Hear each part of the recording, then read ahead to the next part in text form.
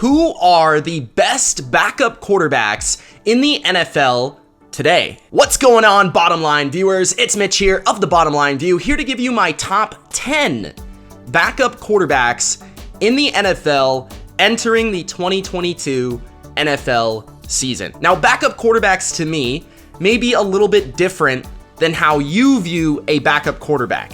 Now, personally, I view a backup quarterback as a player, a quarterback who is firmly behind the starter. Not a rookie who's competing for the job, not a rookie who is drafted to become the starter, not a quarterback like Jimmy Garoppolo or Baker Mayfield, who is a starting level quarterback who is going to be traded down the road. That to me is not a backup quarterback.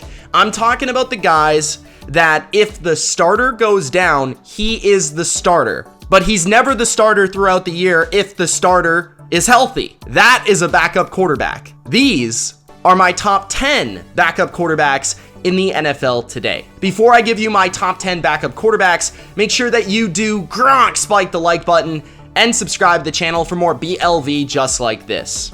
Also, get in the comment section below and let me know your favorite backup quarterback in the NFL today, and give me your personal list of your top backup quarterbacks in the NFL. There were 11 backups that separated themselves from the rest of the NFL. So I wanted to give you an honorable mention here who did not make the top 10. Case Keenum is my honorable mention. Case Keenum is the backup for Josh Allen now in Buffalo. Previously played a couple games in Cleveland last year and was 2-0 as the starter of the Cleveland Browns. At a certain point last season, I was asking Kevin Stefanski and the Browns staff, pleading, begging for the Cleveland Browns to start Case Keenum over Baker Mayfield. That is how much I believed in Case Keenum's ability to come in and win some games and at least play better than Baker was at that time, especially when Baker was injured, fully hurt. So Case Keenum is a quarterback that I love as a backup because he comes into the game, he can replicate a player like a Baker Mayfield, maybe not so much a Josh Allen. Mitch Trubisky was a lot better in that facet. But Case Keenum, he's ballsy. He'll make throws. He'll make plays. He won't just check the ball down and make the safe throw. He'll go out there and try to make the big play and try to put your team over the top and win the game. But he also has enough sense and enough smarts, and he has enough experience to understand when to manage the game and when to scramble for the extra first down. He has enough mobility, not quite a lot of arm strength. That's where he suffers, and I think that's why he's not a starting quarterback. But he's accurate. He can move around the pocket, and he's got a good vibe about him that I think fits a lot of teams and a lot of locker rooms. So Case Keenum is my honorable mention for the top backup quarterbacks in the NFL. My number 10 backup quarterback in the NFL is Andy Dalton. Andy Dalton was a starter, a pretty good one for a lot of years, but he has recently declined pretty heavily in his game. Last year, he played quite a few games, more than I anticipated, for the Chicago Bears, and he did fairly well. He actually won half the games for the Bears last season as the starter. Justin Fields won the other half. So he's clearly not bad. The thing with Andy Dalton that I don't really love anymore is just his mobility. It's just not there. Like, he sits in the pocket and he can't escape a rush much. He can scramble when he sees a lane still, but he just has no real pocket presence or feel at this moment in time. And it doesn't look like a quarterback when in his prime, he may be willing to take a hit and make a throw. He just isn't willing with that toughness, that edge that he used to have, that I think a lot of the starting quarterbacks need to have to be in there every single down to make the big throws in the NFL. His arm has also declined quite a bit over the years, and I don't see it as an upper echelon arm really for a backup even. But Andy Dalton can still run an offense well. He can still fit a lot of systems, especially the pocket passing variety. And on top of that, he has a ton of experience, including playoff experience, a lot of system experience across the NFL. So Andy Dalton can be accurate with the football, make the right decisions, and win you a football game if your starter goes down, and he's not somebody that's going to be phased if it's in the middle of the game, the third quarter, even the fourth quarter, or in a 2-minute situation. He knows how to handle all those situations, and that's why he's my number 10 backup in the NFL. My number 9 backup quarterback in the NFL today is Jacoby Brissett of the Cleveland Browns. Jacoby Brissett had, I would say, one of his rougher outings in the NFL last year. Really, statistically, his stats were not impressive. Now, he did win a couple games for the Miami Dolphins, but really what hurt Jacoby Brissett was playing behind a very subpar offensive line in Miami and going from somewhere like Indianapolis, where he had a great offensive line, to Miami, where it was one of the worst. So his processing speed, which I feel is his weakness, he holds on the ball for a long time, and he also has a very deliberate long release. So it takes him a long time to get rid of the football and to decide where to go with the ball, which hurt him significantly in Miami. But what I do love about Jacoby Brissett is he does have physical attributes that are starting quality. He has a strong arm that is starting quality in the NFL, and he can make a lot of different throws and therefore fit in a lot of different systems. He can make probably more throws than Tua can, his former starting quarterback ahead of him on the depth chart in Miami, which was nice to offer the Miami offense a year ago. And they put more on his plate in terms of downfield passing, when Tua was the more accurate, quick decision maker. And that's why the offense, I felt, was better with Tua in the game, and the team was better with Tua because of his quick, accurate release. Now, with Jacoby, he's going to fit somewhere like Cleveland a lot more because he's going to get his legs involved. Jacoby is a pretty good athlete. He can run outside the pocket. He can scramble. He definitely can go in there for a quarterback sneak, as we've seen over the years. And Jacoby is best when he's on the move, on the run, and he can hit downfield bombs, and he can hit those crossers. He's really good in that category, and I think that's why he fits really well into Cleveland's offense as a backup quarterback, and I think that's why they picked him up. So Jacoby Brissett is my number 9 backup quarterback. My number 8 backup quarterback in the NFL today is Colt McCoy of the Arizona Cardinals. Colt McCoy had a really good stretch last year where I felt he might have played his best football of his career, or at the very least since very early in his career with the Cleveland Browns. Colt McCoy has matured as a football mind. He clearly understands where to go with the ball, how to decipher defenses. The problem with Colt McCoy is his physical attributes have never matched his mental capacity. He doesn't have a great arm. He can't make a lot of the throws. But what he does fit well is the Arizona quick underneath passing game. He is accurate underneath, especially short routes. And he can go through reads, find the open guy, and get it to that player quick. He's going to be really good in this type of offense where he can get it in the receiver's hands and then they can make plays after the catch. He also has always been an extremely deceptive athlete. He has very good feet. He can run. And yes, he's a little bit on the smaller side, but I think Colt McCoy just has plenty of experience of being on different teams in different systems and is a very good backup quarterback because he's basically been a backup quarterback for his entire career. So he understands what his starter needs from him. He understands the pressure of coming into a game or starting on a short notice. And Colt McCoy has basically mastered that at this point, which makes him a very valuable backup quarterback in the NFL today. My number 7 backup quarterback in the NFL is Nick Foles. Nick Foles only played 1 game last year, but he was spectacular in that game, defeating the Seattle Seahawks with the Chicago Bears. And honestly, he might have played better than Justin Fields or Andy Dalton in that situation. Nick Foles is that type of quarterback where he can be really, really good sometimes and also really, really bad sometimes. But Nick Foles, I feel, perfectly fits Indianapolis better than he did Chicago. Why? Because, well, Frank Reich is there, and obviously they won a Super Bowl together, so that helps. But he's kind of similar to Matt Ryan in a lot of ways. He's a pocket passer. He's actually a bigger human being than Matt Ryan, but he's got just as good of an arm. He's not as accurate or not as decisive and smart, but he still can make a lot of the throws and obviously has familiarity with that scheme and that offense.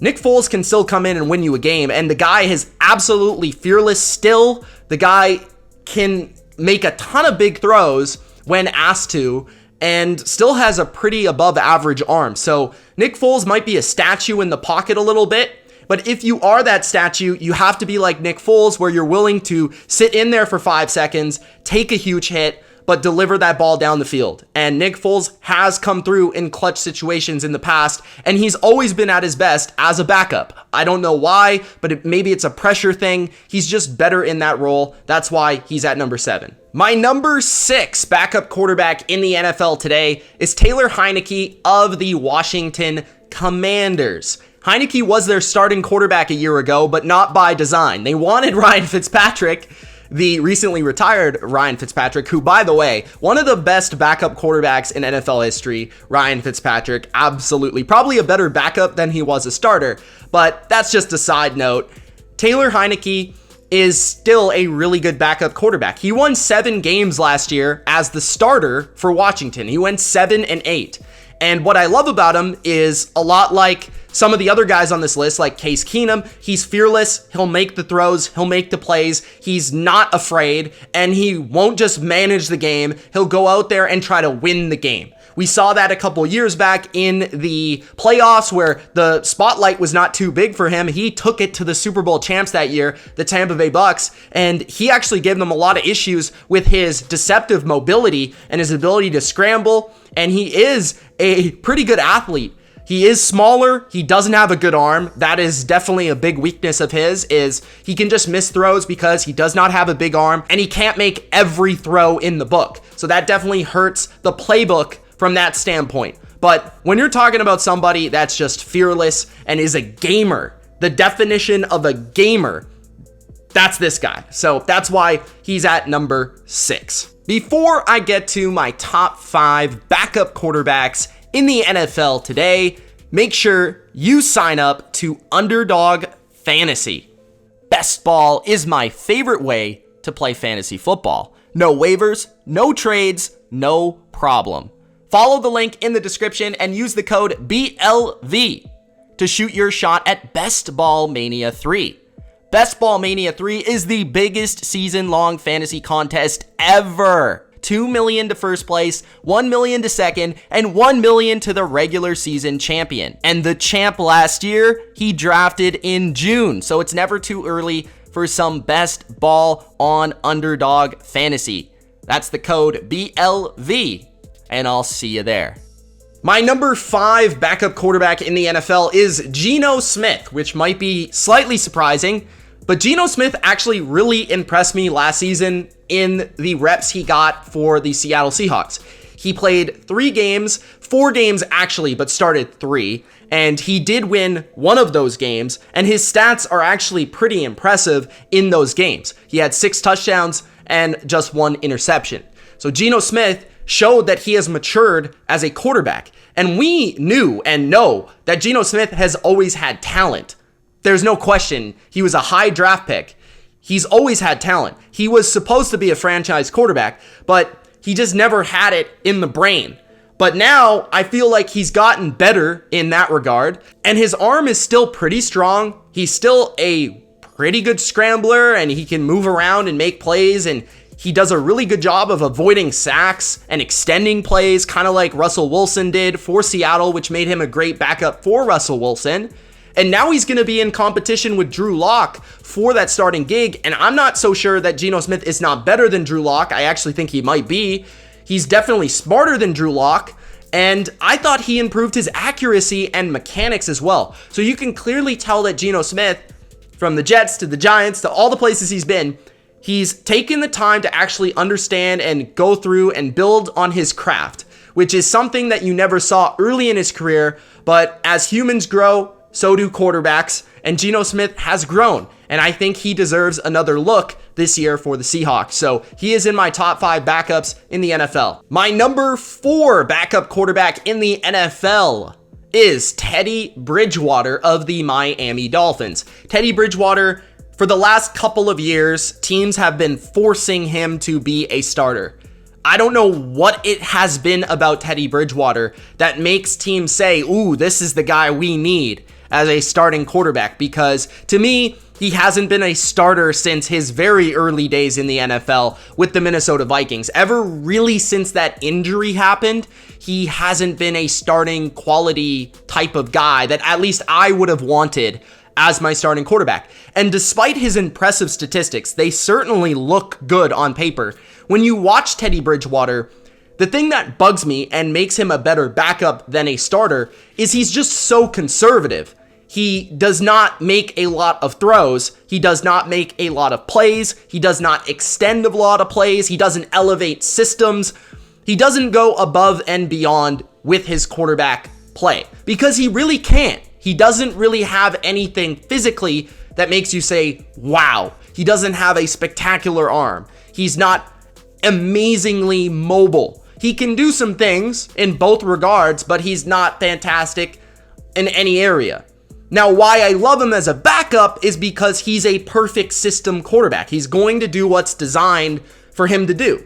If that's take the check down, he's going to do it. If that's hit, the receiver down the sideline, he's going to try. Teddy Bridgewater has fit in a lot of different systems and played well as a backup quarterback in a lot of places. He also makes your team very competitive.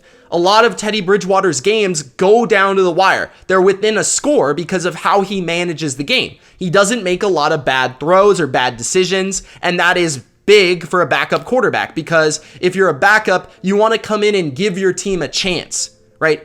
Give your team a chance at the end to win it. Whether it's with defense, special teams, run game, whatever, Bridgewater can help you get there. He's just not going to put you above and beyond, which is why, to me, he's not a starter, but a better backup. So an accurate guy that has plenty of experience and is known as a great personality and a great leader, Bridgewater fits the mold as a backup, but no longer a starter. The number 3 backup quarterback in the NFL today is Tyrod Taylor. I have always been I guess I would say pretty big Tyrod Taylor fan. I appreciate his game, but I understand his limitations. A lot like Teddy Bridgewater, he is way too conservative at times.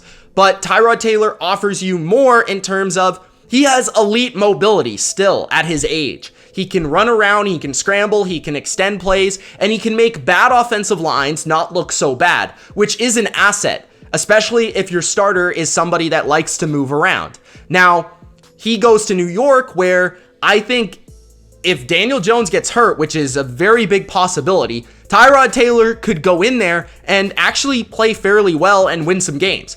Not only that, but Tyrod Taylor has always been the odds makers' favorite backup quarterback because he's been underrated a lot of the times. Even last year with the Houston Texans, he won them a couple games. Again, like Bridgewater, not making a ton of mistakes, making the correct decisions, keeping his team in the game, and covering at the end of the day. I think one of the benefits of having Tyrod Taylor for the Giants will be if they utilize Daniel Jones in that Josh Allen type of way where he's running a lot of quarterback designed runs, you can also do that with somebody like Tyrod Taylor. And on top of that, he is not going to lose you games. He's going to take what's there. But unlike Daniel Jones, who might push the ball down the field and actually make some throws to win you some games, Tyrod Taylor doesn't do that. He's never really done that. And that's why I don't think he's ever lasted very long as a starter. And we saw this previously in Cleveland and other places where, yeah, he's going to keep you in the game. He's going to make the throws that are available and open, but not necessarily the ones that are tight window or game-changing type plays. So Tyrod is my number 3. My number 2 backup quarterback in the NFL right now is Tyler Huntley of the Baltimore Ravens. I really like Tyler Huntley. I think he offers upside as a starter down the road. Not for the Ravens, obviously, but he's a very valuable backup for the Ravens because he is one of the fastest quarterbacks in the NFL, and he backs up, Lamar Jackson, who is the fastest quarterback in the NFL and the best runner. And Huntley is probably one of the best runners as well. So he fits their scheme perfectly, and he can do a lot of the things Lamar can do, but not just to the level that Lamar can do it. Huntley's also pretty similar as a passer in terms of pretty accurate and a quick release underneath the defense and in the middle of the field, he's pretty good. He also, in a way that Tyrod Taylor isn't, he's aggressive, he'll make plays, he'll make throws, and he faced a really tough schedule last year and kept the Ravens in a lot of these games. Despite not a lot of talent around him, a bad offensive line, and he was scrambling around, making throws, making plays, keeping his team in it, and he really understood that Mark Andrews was the guy to throw to, and he did it constantly. So Tyler Huntley is growing, getting better, somebody with a lot of potential and upside, and he's one of the true backup quarterbacks who actually looks like he could be a starter in a year or two. My number one backup quarterback is, you guessed it, Gardner Minshew of the Philadelphia Eagles. I love Gardner Minshew. I don't know who doesn't love Gardner Minshew. How could you not love Gardner Minshew with the passion he has for the game, with the personality that he offers your football team and just football in general? He's exciting. He's electric. He is just everything you want as a backup quarterback, and I think he should be a starter. I think he's better than at least 4 or 5 starters in the NFL right now, and I think he can do a lot of the things that some of the low-end starters can do, and I think he's a great budget addition to your football team.